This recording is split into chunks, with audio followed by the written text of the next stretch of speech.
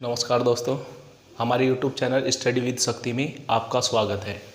और जो हमारी वीडियो पर नए आए हैं वो हमारे चैनल को सब्सक्राइब करें, जिससे हमारी नेक्स्ट वीडियो का अपडेट आपको सबसे पहले मिले, और बेल आइकन को दबाना ना भूलें। और इससे पिछली वीडियो में हम पढ़ चुके थे जो हमारा साहित्य काल है यानी काल विभाजन है उसके बारे में, और उसके महत्वपूर्ण कवियों के बारे में और उनकी रचनाओं के बारे में हम पढ़ चुके थे। लेकिन अब हम देखेंगे, क्योंकि हम जानते हैं जो 1 अप्रैल से हमारे एसआई के एग्ज़ाम स्टार यानी एग्ज़ाम फॉर्म अप्लाई होने लगे हैं, और हम जानते हैं एसआई में हिंदी का बहुत महत्वपूर्ण रोल है, क्योंकि 40 क्वेश्चन प्लस 100 नंबर की हिंदी है, जो कि आपके लिए बहुत अति महत्वपूर्ण साबित होगी। ठीक है, इसीलिए मैं आज आपके लिए लेकर आया हूँ संज्ञा, और संज्ञा को हम डीपली पढ़ेंगे कि संज्ञा होती क्या है। आज हम नया टॉपिक स्टार्ट कर रहे हैं जिसका नाम है संज्ञा, और संज्ञा के बारे में देखेंगे कि संज्ञा का जो शाब्दिक अर्थ है वो होता है नाम, यानी अर्थात जो हमारे विश्व में कोई भी व्यक्ति, वस्तु या स्थान या भाव है, यदि उसका हमें नाम दिया गया है तो वो संज्ञा कहलाएगा। क्या कहलाएगा? संज्ञा कहलाएगा। यानी अर्थात हमारे विश्व में या पूरे ब्रह्मांड में कोई भी व्यक्ति, वस्तु या स्थान है, यदि उसका नाम दिया गया है तो वो क्या कहलाएगा? संज्ञा कहलाएगा। ठीक है, और जो उसी प्रकार जो हमने परिभाषा देखी है, तो परिभाषा भी उसी के ऊपर डिपेंड करती है कि किसी व्यक्ति, वस्तु, स्थान व भाव आदि के नाम को क्या कहते हैं? संज्ञा कहते हैं। जैसे कि सपोज कीजिए मैंने एक लड़के का नाम रख दिया राम, तो ये भी क्या कहलाएगा? संज्ञा कहलाएगा। और यदि मैं उसका लड़का भी कह दूं, उसे लड़का भी कह दूं, तो वो भी क्या कहलाएगा? संज्ञा कहलाएगा। जैसे कि मैं कहूं पर्वत, तो ये भी क्या कहलाएगा? संज्ञा कहलाएगा। मैंने कहा नदी, तो ये भी क्या कहलाएगा? यानी अर्थात संज्ञा कहलाएगा आदि। और हम सभी जानते हैं कि जो हमारी संज्ञा है वो मुख्यतः रूप से कितने प्रकार की होती है? 5 प्रकार की। लेकिन यदि क्वेश्चन आपसे कहा जाए कि व्युत्पत्ति के आधार पर संज्ञा कितने प्रकार की होती है, तो व्युत्पत्ति के आधार पर संज्ञा 3 प्रकार की होती है। लेकिन यदि आपसे कहा जाए कि संज्ञा कितने प्रकार की है, तो आपको पता है कि संज्ञा 5 प्रकार की होती है। 5 प्रकार की होती है। जो हमारी संज्ञा है वो कितने प्रकार की है? मुख्यतः रूप से पूछा जाए या फिर आपसे पूछ लिया जाए कि संज्ञा कितने प्रकार की है, तो 5 प्रकार की है। लेकिन यदि आपसे कहा जाएगा कि व्युत्पत्ति के आधार पर संज्ञा कितने प्रकार की है, तो 3 प्रकार की। और 5 प्रकार कौन कौन से हैं देखेंगे, जिसमें नंबर 1 है हमारा व्यक्तिवाचक संज्ञा। व्यक्तिवाचक संज्ञा। दूसरे नंबर पर है जातिवाचक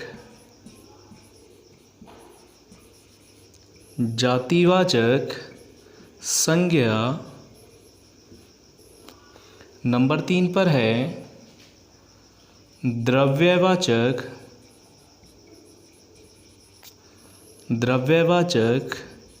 संज्ञा। और नंबर 4 पर है समूहवाचक संज्ञा। और नंबर 5 पर है भाववाचक संज्ञा। अभी हमने देखा कि जो हमारी संज्ञा है वो 5 प्रकार की हैं और पांचों प्रकार कौन कौन से हैं? जातिवाचक यानी व्यक्तिवाचक संज्ञा, जातिवाचक संज्ञा, द्रव्यवाचक संज्ञा, भाववाचक संज्ञा और समूहवाचक संज्ञा। ठीक है, यदि मैं दोबारा बता रहा हूँ, व्युत्पत्ति के आधार पर संज्ञा 3 प्रकार की होती है और आपसे पूछा जाए मुख्यतः रूप से कितने प्रकार की है तो 5 प्रकार की। लेकिन व्युत्पत्ति के आधार पर जो संज्ञा होती है रूढ़, यौगिक और योगरूढ़ ही होती है। ठीक है, लेकिन मुख्यतः रूप से हमारा इतने प्रकार की होती है और हम जानेंगे एक एक प्रकार के एक बार में, यानी अर्थात हम एक एक संज्ञा को एक बार में ही कवर करेंगे। हम आज देखेंगे कि व्यक्तिवाचक संज्ञा क्या होती है। ठीक है, देख लेंगे कि व्यक्तिवाचक संज्ञा क्या है। व्यक्तिवाचक संज्ञा देखेंगे भैया आज कि व्यक्तिवाचक संज्ञा क्या होती है। देखो भैया, मैंने अभी आपको बताया कि संज्ञा यानी अर्थात पूरे विश्व में जो भी चीज है उसका यदि नाम दिया गया है तो वो संज्ञा कहलाता है। लेकिन यदि व्यक्तिवाचक संज्ञा क्या होती है हम देखेंगे कि आपको पता है यदि हमारे इस विश्व में किसी व्यक्ति, वस्तु, स्थान,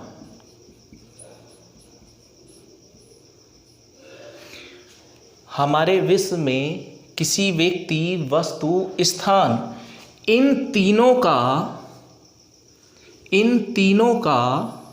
नाम दिया गया है। क्या दिया गया है? नाम दिया गया है, तो वही क्या कहलाएगा? व्यक्तिवाचक संज्ञा कहलाएगा। जैसे कि मैं व्यक्ति की बात करूं तो मैंने व्यक्ति का नाम रख दिया राम, श्याम, मोहन। यदि मैं वस्तु की बात करूं तो किसी भी पदार्थ का नाम रख दिया जाए, ठीक है, या फिर जैसे कि पर्वत है, पर्वत का नाम रख दिया जाए हिमालय, या फिर पर्वत का नाम रख दिया है कंचनजंगा, या फिर मैं स्थान की बात करूं तो हम जैसे कि कहते हैं गांव। तो भैया आप बताइए, मैं कहूँ आपसे कि आपको गांव जाना है तो आप ये तो पूछोगे कि कौन से गांव जाना है। और यदि मैं उस गांव का नाम रख दूं कि मुझे वासीपुर जाना है, हलपुरा जाना है, तो वही क्या कहलाएगा? व्यक्तिवाचक संज्ञा कहलाएगा। जैसे कि मैं कहूँ आपसे आपको शहर जाना है तो शहर कुछ पता थोड़ी नहीं चल रहा है कि शहर क्या है। लेकिन मैं आपसे कहूँ कि आपको अमरोहा शहर जाना है यानी अमरोहा जाना है, तो वही क्या कहलाएगा? व्यक्तिवाचक संज्ञा कहलाएगा। ठीक है, कि हमें पता चला जहाँ किसी एक व्यक्ति, वस्तु, स्थान का नाम दिया गया है वही क्या कहलाता है? व्यक्तिवाचक संज्ञा कहलाता है। जैसे कि उदाहरण में मैंने कहा राम, श्याम,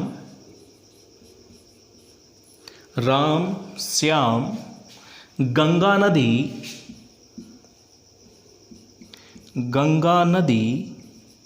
हिमालय पर्वत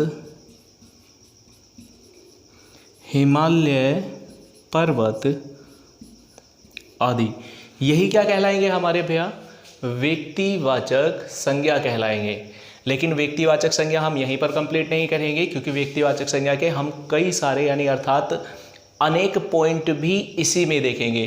तो हमें अभी तक पता चला कि यदि मैं परिभाषा की बात करूं तो जहां एक व्यक्ति, वस्तु, स्थान का नाम दिया गया है वही क्या कहलाता है? व्यक्तिवाचक संज्ञा कहलाता है। जैसे राम, श्याम, गंगा नदी, हिमालय पर्वत या अमरोहा, हैदराबाद, दिल्ली एंड ईटीसी कुछ भी। ठीक है, और जब हम एक एक पॉइंट के बारे में बात करेंगे तो देखेंगे भैया कि नंबर 1 पॉइंट ही यहीं पर कि नंबर 1 पॉइंट यानी हमें नंबर 1 पॉइंट ही जान डालना है कि मनुष्यों के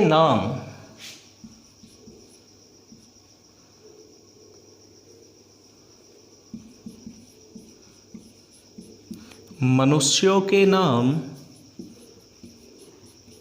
या प्राणी के नाम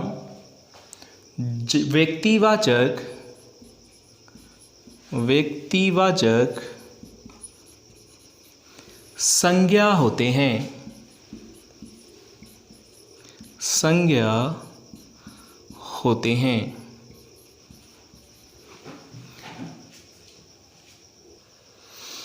जो हमारे मनुष्यों के नाम होते हैं वो व्यक्तिवाचक संज्ञा कहलाते हैं, जैसे कि राम, मोहन, श्याम, सुरेश, लता, ममता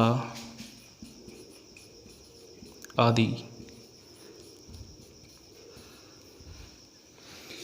क्योंकि हम जानते हैं जो मनुष्य के नाम हैं वो ज़्यादातर क्या होते हैं, जो हमारा विभाग मानता है वो तो मानता है व्यक्तिवाचक संज्ञा, और हम खुद जानते हैं कि हमें अपने अकॉर्डिंग नहीं चलना है, यानी हमारे अनुसार हमें विभाग जॉब नहीं देने वाला, हमें तो विभाग के अकॉर्डिंग ही जॉब लेनी है, और विभाग जो आंसर मानता है हमें उसके हिसाब से ही आंसर देना होता है। लेकिन आप सभी जानते हैं कि राम नाम बहुत सारे व्यक्ति का हो सकता है, ठीक है। उसी वजह से क्या होना चाहिए था, जातिवाचक, लेकिन विभाग हमारे अकॉर्डिंग नहीं चलता, तो हमें केवल ध्यान रखना है कि राम, श्याम, मोहन अर्थात मनुष्य को जितने भी नाम होते हैं वो सब क्या होते हैं, व्यक्तिवाचक संज्ञा के अंतर्गत आते हैं। और दूसरा ही पॉइंट इसमें लिखेंगे, हमारे ऐतिहासिक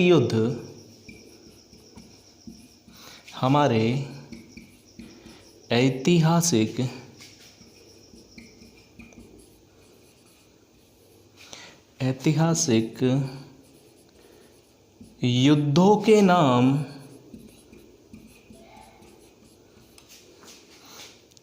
व्यक्तिवाचक संज्ञा होते हैं, व्यक्तिवाचक संज्ञा होते हैं। जैसे कि जितने भी हमारे इतिहास में युद्ध हुए हैं, प्लासी का युद्ध हो, बक्सर का युद्ध हो, या तराइन का प्रथम युद्ध हो, ठीक है। जैसे कि बाबर ने 4 युद्ध लड़े थे, पानीपत का प्रथम युद्ध लड़ा था, ठीक है, और जी खानवा का लड़ा था, ठीक है। जैसे कि हम लिखेंगे खानवा का युद्ध, खानवा का युद्ध, बक्सर का युद्ध,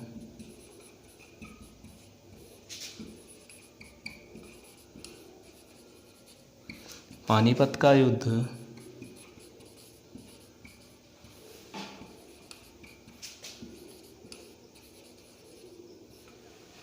यानी जितने भी हमारे ऐतिहासिक युद्धों के नाम होते हैं वो क्या कहलाते हैं, सभी हमारे कहलाते हैं व्यक्तिवाचक संज्ञा, ठीक है। और देखते हैं, मैं इसे रफ कर देता हूं, जो स्क्रीनशॉट लेना चाहते हैं वो ले सकते हैं, ठीक है। स्क्रीनशॉट ले लिया होगा, मैं इसे रफ कर देता हूं।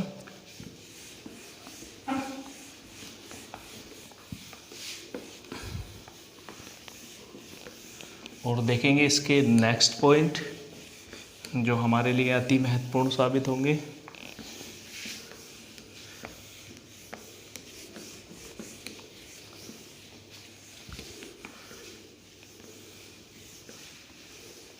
नेक्स्ट पॉइंट में देखेंगे कि जितने भी हमारी नदियों के नाम हैं,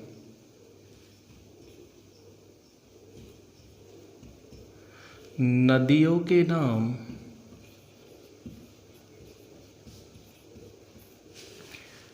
व्यक्तिवाचक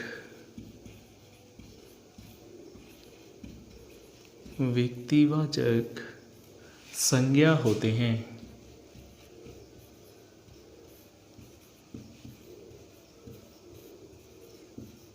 जितने भी हमारे नदियों के नाम हैं वो सब क्या होते हैं, व्यक्तिवाचक संज्ञा होते हैं। जैसे कि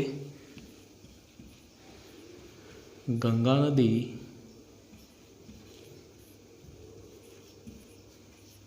यमुना नदी, या फिर मैं नदियों के बारे में ही बात करूं, जैसे कि झीलें होती हैं हमारी, चिल्का झील हो, ठीक है, जैसे कि डल झील है,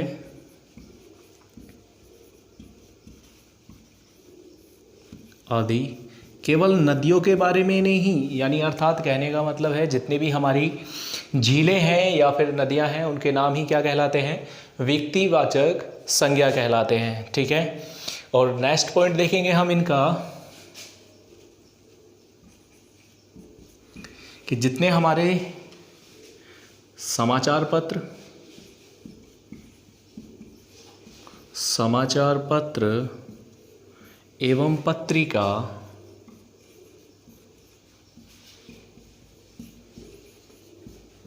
समाचार पत्र एवं पत्रिका के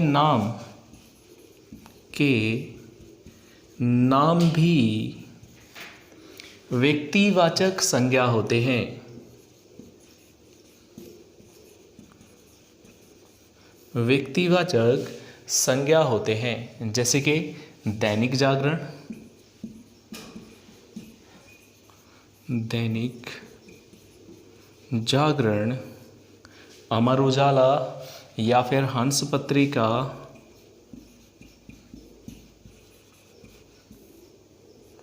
हंस पत्रिका, जैसे कि आ जाए अर्ध सरकारी पत्र,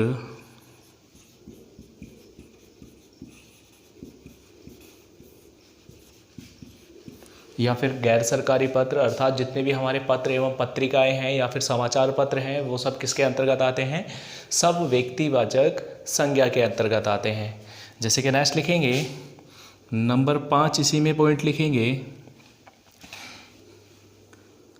हमारी पुस्तक, हमारी पुस्तकों के नाम, पुस्तकों के नाम भी व्यक्तिवाचक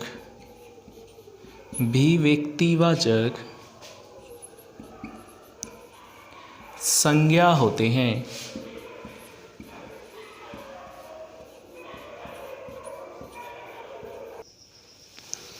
नेक्स्ट पॉइंट की बात करते हैं, नंबर 5, हमारी पुस्तकों के नाम, हमारी पुस्तकों के नाम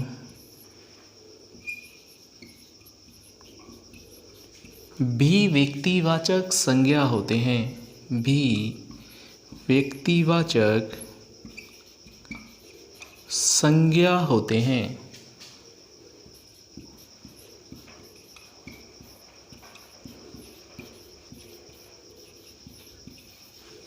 जैसे कि श्रावकाचार,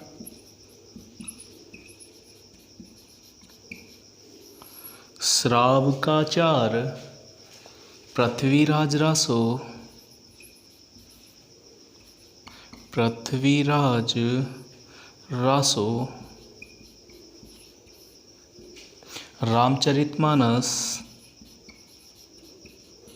रामचरितमानस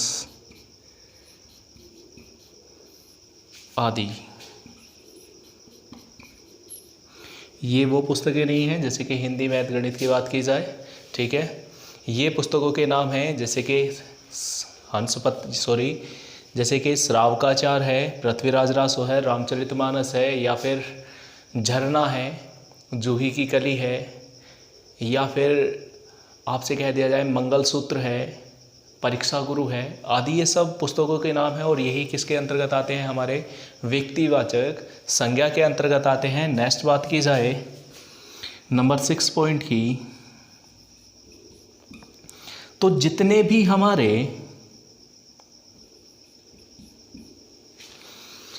हमारी राष्ट्रीय जातियां, हमारी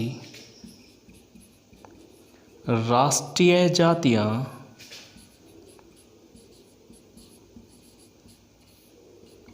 भी व्यक्तिवाचक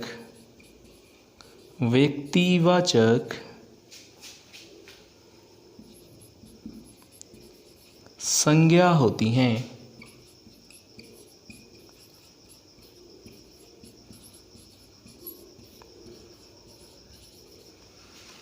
जो हमारी राष्ट्रीय जातियां हैं व्यक्तिवाचक संज्ञा होती हैं। और राष्ट्रीय जातियां होती ही क्या हैं? आप सोच रहे होंगे कि हिंदू, मुस्लिम, सिख, ईसाई ये राष्ट्रीय जातियां हैं। ये राष्ट्रीय जातियां नहीं होती। राष्ट्रीय जातियां होती हैं जैसे कि हिंदुस्तानी या फिर भारतीय, ठीक है। जैसे कि भारतीय, अमेरिकन,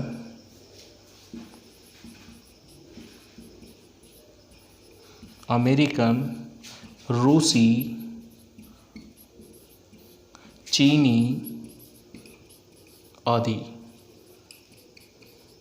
जैसे नेपाली हो, श्रीलंकन हो, ठीक है, वही जातियाँ क्या कहलाती हैं? राष्ट्रीय जातियाँ कहलाती हैं। और राष्ट्रीय जातियों के नाम ही किसके अंतर्गत आते हैं? हमारे व्यक्तिवाचक संज्ञा के अंतर्गत आते हैं। ठीक है, आप इसका स्क्रीनशॉट लीजिए, इसे मैं रफ कर देता हूँ। स्क्रीनशॉट ले लिया होगा और मिलते हैं, करते हैं बात अगले ही पॉइंटों के बारे में।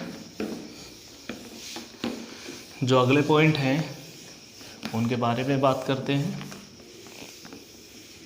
जो व्यक्तिवाचक संज्ञा को जो हमारी क्लास लेगा उससे एक भी पॉइंट बाहर नहीं जाएगा और वो समझ जाएगा कि व्यक्तिवाचक संज्ञा क्या होती है और जातिवाचक संज्ञा क्या होती है। ठीक है, बात करते हैं नेक्स्ट पॉइंट के बारे में। तो देखेंगे जो हमारा नेक्स्ट पॉइंट है, दिन, माह, दिन, महीने, वर्ष के नाम व्यक्तिवाचक संज्ञा होते हैं। व्यक्तिवाचक संज्ञा होते हैं।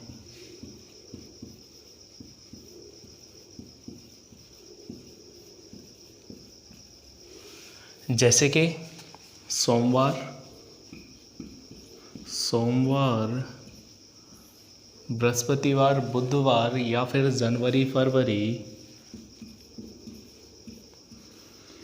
जैसे कि आ जाता है चैत, पूस, भादो, सावन, या फिर वर्ष 2017, वर्ष 2017, वर्ष 2020, 2022। ठीक है, ये सभी किसके अंतर्गत आते हैं? व्यक्तिवाचक संज्ञा के अंतर्गत आते हैं। और बात करें हम नेक्स्ट पॉइंट की,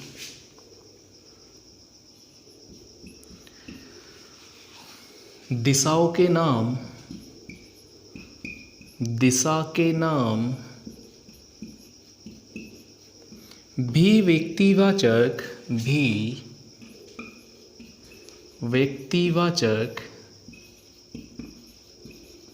संज्ञा होते हैं।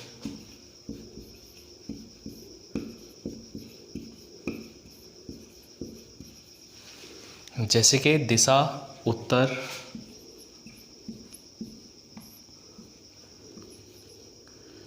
पूर्व, पश्चिम,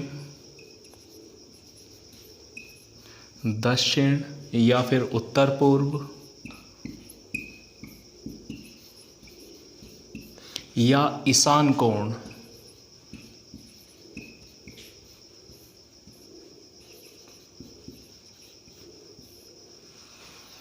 आदि, या फिर वातत्य कोण आ जाए, ऊर्ध्वाधर दिशा आ जाए, अधो दिशा आ जाए, ये सब किसके अंतर्गत आती हैं? व्यक्तिवाचक संज्ञा के अंतर्गत आती हैं। और नेक्स्ट बात करें नेक्स्ट पॉइंट की,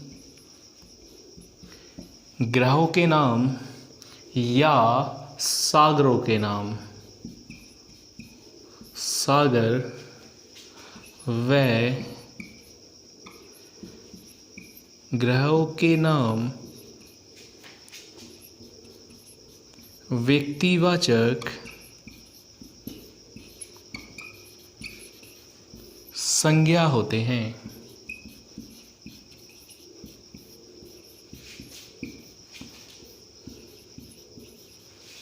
जैसे कि प्रशांत महासागर या हिंद महासागर,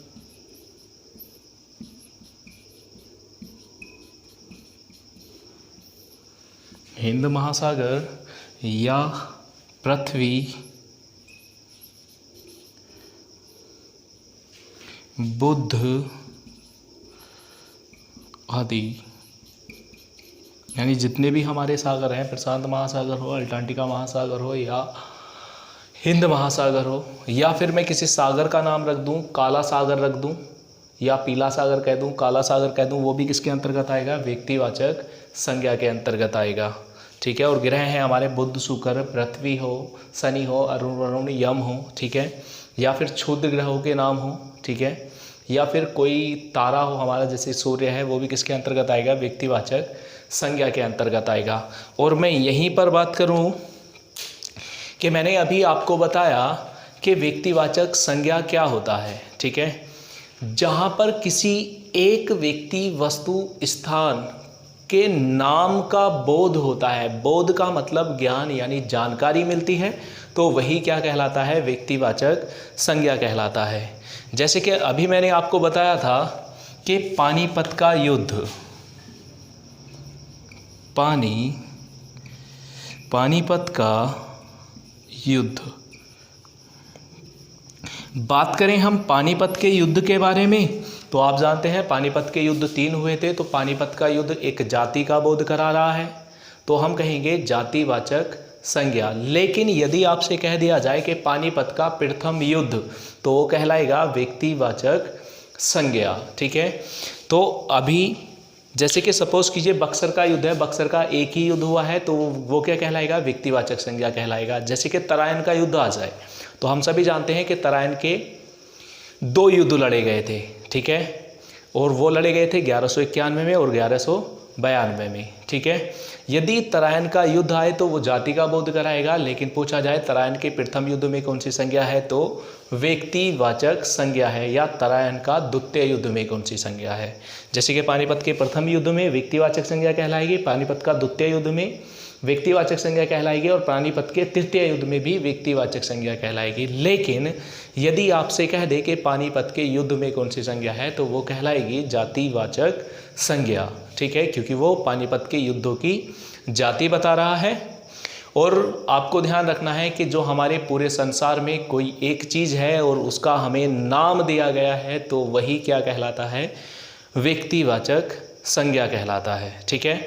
जैसे कि हमारे पर्वत हैं, पर्वतों के नाम दे दिए जाएं, हिमालय पर्वत हो, गार्डविन ऑस्टिन हो, ठीक है, जिसे हम K2 कहते हैं, कंचनजंगा हो, ठीक है, A to Z कोई सा भी पर्वत हो, जैसे कि शिव पर्वत दे दे, तो वो भी क्या कहलाएगा? व्यक्तिवाचक संज्ञा कहलाएगा, ठीक है। आप समझ चुके होंगे कि व्यक्तिवाचक संज्ञा किसे कहते हैं, और व्यक्तिवाचक संज्ञा के जितने भी हमने अभी तक उदाहरण दिए हैं और जितने भी पॉइंट लिखाए हैं, आपको अच्छे से समझ में आ गए होंगे। मिलते हैं नेक्स्ट वीडियो में और बात करेंगे हम नेक्स्ट वीडियो में जातिवाचक संज्ञा की और उसके पॉइंटों के बारे में। जय हिंद।